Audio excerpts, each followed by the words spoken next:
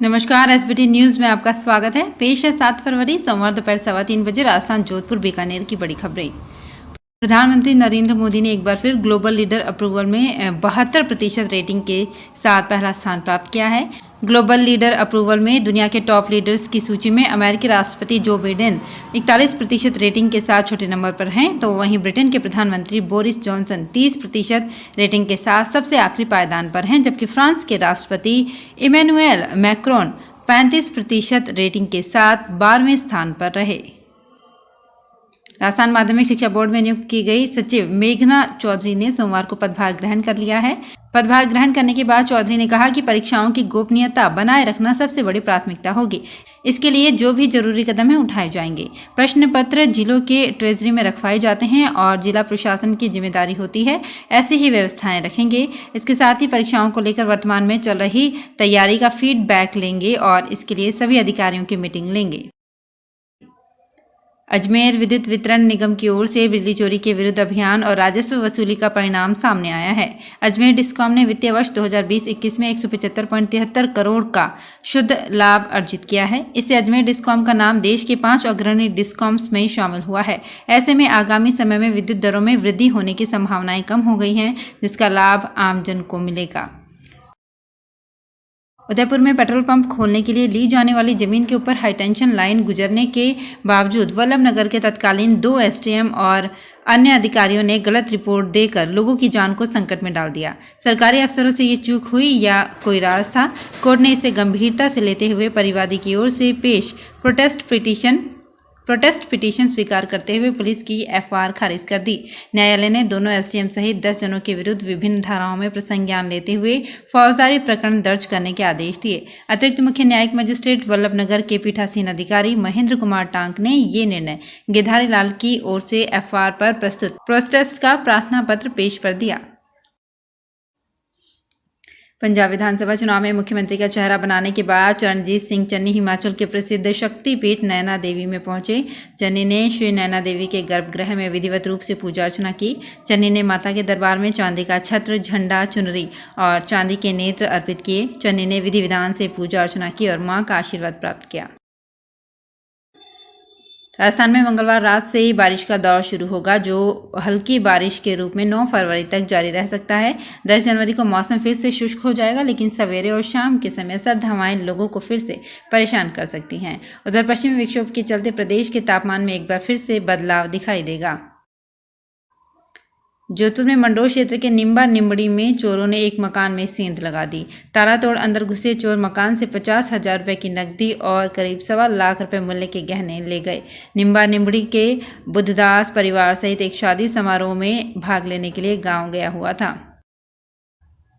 उदयपुर में यूआईटी से हस्तांतरित हुई कॉलोनियों में खाली पड़े भूखंडों को निगम द्वारा खुर्द-बुर्द करने के प्रकरण की प्रारंभिक जांच में ही 5 भूखंडों में गड़बड़झाला सामने आ रहा है। निगम द्वारा गठित कमेटी के समक्ष गोवर्धन विलास व हिरन मगरी इलाके की पौष कॉलोनियों में 5 भूखंड ऐसे सामने आए जिनमें दस्तावेजों में संशय है। ये कागज यूआईटी में बने या निगम में, ये जांच का विषय है, लेकिन करोड़ों के इन भूखंडों को कौड़ियों में खुर्द-बुर्द किया गया है। जोधपुर नगर निगम उत्तर के आयुक्त राजेंद्र सिंह कविया ने मथुरादास माथुर हॉस्पिटल, फिदूसर चौपड़ और बंगाली चौटर में चल रही इंदिरा रसोई का आकस्मिक निरीक्षण किया और वहां खाने की क्वालिटी को भी चेक किया। उन्होंने निरीक्षण के दौरान रसोई संचालकों को कोरोना गाइडलाइन की पालना सुनिश्चित करवाने के निर्देश दिए। आयुक्त उत्तर राजेंद्र सिंह इंदिरा रसोई में खाना खाने आए लाभार्थियों से भोजन की गुणवत्ता के बारे में जानकारी ली। बीकानेर जिले में जिप्सम की रॉयल्टी वसूली का ठेका नहीं होना सरकार के लिए बड़ी परेशानी बन गया है। 2 साल में 20 बार निविदा जारी की। सरकार को 40 से 45 करोड़ रुपए का रॉयल्टी का नुकसान हो गया। रिजर्व प्राइस 71 करोड़ रुपए से गिरकर 40 करोड़ रुपए हो गई, पर रॉयल्टी ठेका फिर भी नहीं हुआ। बीकानेर जिले में जिप्सम से एक मुश्त मोटी कमाई करने के लिए भाजपा सरकार के समय खान एवं भू विज्ञान विभाग ने रॉयल्टी वसूली का ठेका देना शुरू किया था। भारतीय हस्तशिल्प उत्पाद की कला और शिल्प उत्सव की 10 दिवसीय प्रदर्शनी का अर्बन हाट में आईआईटी जोधपुर के निदेशक डॉक्टर शांतनु चौधरी ने उद्घाटन किया। इस दौरान आईआईटी जोधपुर के निदेशक डॉक्टर शांतनु चौधरी ने कहा कि यहां हस्तशिल्पियों ने बहुत ही अच्छे उत्पादों को प्रदर्शित किया है और ये सभी हमारे देश में ही बने हुए हैं। इसमें जोधपुर के अलावा बाड़मेर, पाली, नागौर, जालौर, जैसलमेर, दिल्ली और गुजरात के कारीगर आए हैं। रेलवे और रोडवेज अपनी खाली जमीन से कमाई करने की योजना में आगे बढ़ चुके हैं। रेल लैंड डेवलपमेंट अथॉरिटी के जरिए सर्वे करवाकर बीकानेर, अजमेर, उदयपुर में खाली जमीन चिन्हित की है। बीकानेर में रेलवे स्टेशन के आसपास मार्केट, शॉपिंग मॉल जैसी कमर्शियल गतिविधियों के लिए जमीन देने की योजना बनाई। ये जमीन 99 वर्ष की लीज पर दी जाएगी। इसी तरह रोडवेज ने 19 वर्ष 11 महीने के लिए जमीन लीज पर देने की योजना बनाई है। बीकानेर में राजस्थान राज्य पथ परिवहन निगम में चालक, परिचालक एवं आर्टिजन पद के कार्मिकों का मुख्य कार्यवाहन संचालन के कारण सेवा संबंधी समस्याओं का निस्तारण नहीं हो पा रहा है। इस समस्या के निस्तारण के लिए अब हर महीने के अंतिम शनिवार को अपराह्न 3 से रात के 9 बजे तक कैंप लगाकर सर्विस बुक पूर्ण करवाई जाएगी। रोडवेज मुख्यालय से जारी आदेशानुसार 35 से 60 वर्ष आयु के कार्मिकों के लिए service record verification and completion scheme की शुरुआत की जा रही है।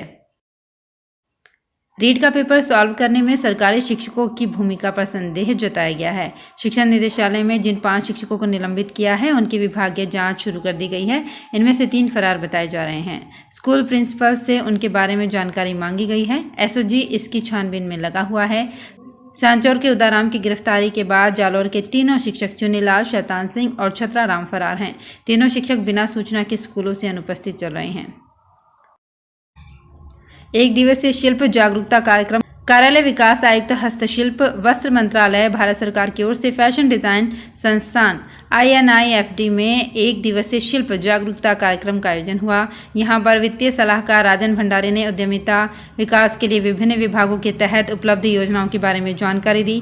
कार्यक्रम में भाग लेने वाले छात्रों को प्रशंसा पत्र प्रदान किए गए। तो फिलहाल इस बुलेटिन में इतना ही। फिर हाजिर होंगे कुछ और बड़ी खबरों के साथ। SBT न्यूज़ के और भी वीडियोस को देखने के लिए हमारे चैनल को सब्सक्राइब करें और नोटिफिकेशन पाने के लिए बेल आइकन को प्रेस करें।